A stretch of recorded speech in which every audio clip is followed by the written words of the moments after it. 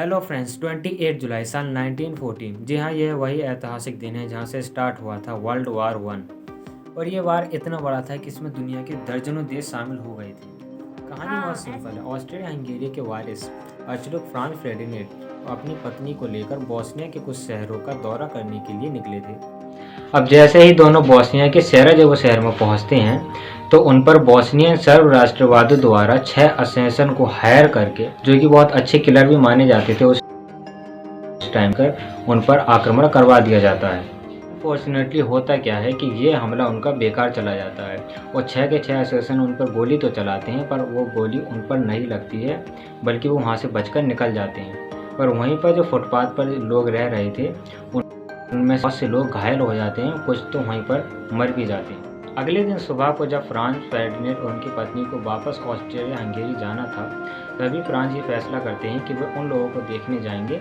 जिनको कल गोली लगकर घायल हो गए थे और वो अस्पताल में एडमिट थे। तो वो वहाँ पर जाकर उन्हें देखने का फैसला करते हैं। और अगली सुबह जब ये उन लोगों को देखने अस्पताल की तरफ बढ़ते हैं, तभी रास्ते में इनका ड्राइवर एक गलत मोड़ ले लेता है, जिसकी वजह से गैब्रिएलो प्रिंसेप नाम का 16 साल का लड़का इन्हें देख लेता है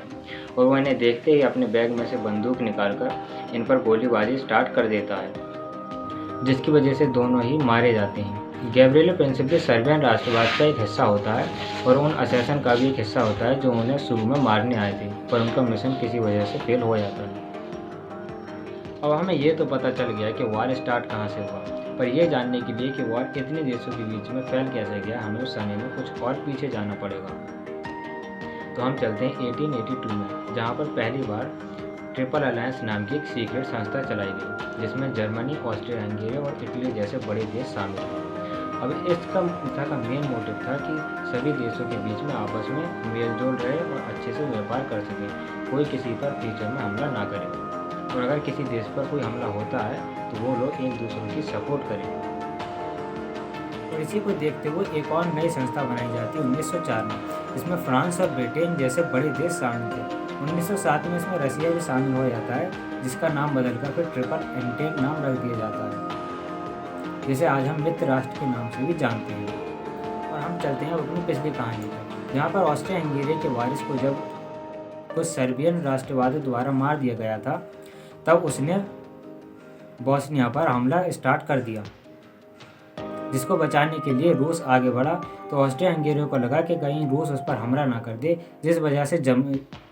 वजह से जर्मनी ने रूस पर हमला कर दिया और देखते ही देखते दोनों अलायंस आपस में बहुत बुरी तरह से लड़ गई। अब अमेरिका इस लड़ाई में शामिल हो जाता है जब उसके 128 यात्रियों को समुद्र में मार दिया जाता है जर्मनी के द्वारा। होता यह है, जब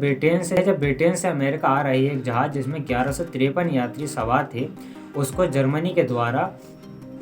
पूरी तरह से बर्बाद कर दिया जाता है, जिसकी वजह से उसमें 128 यात्री जो कि अमेरिका के थे वो पूरी तरह से मर जाते हैं।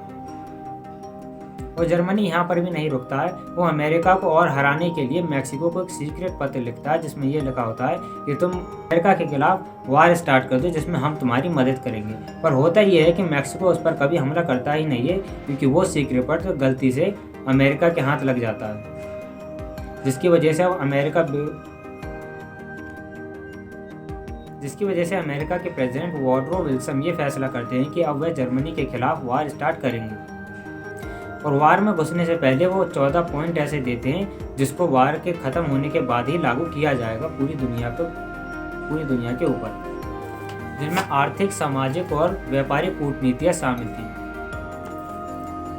खत्म होते ही एक और नई संस्था बनाई जाती है ट्रीटी ऑफ वर्साइल नाम से, जिसमें वर्ल्ड वार 2 होने का एक और बड़ा कारण बन जाती है, क्योंकि इसमें जितना भी जो खर्चा हुआ था वार में उसका पूरा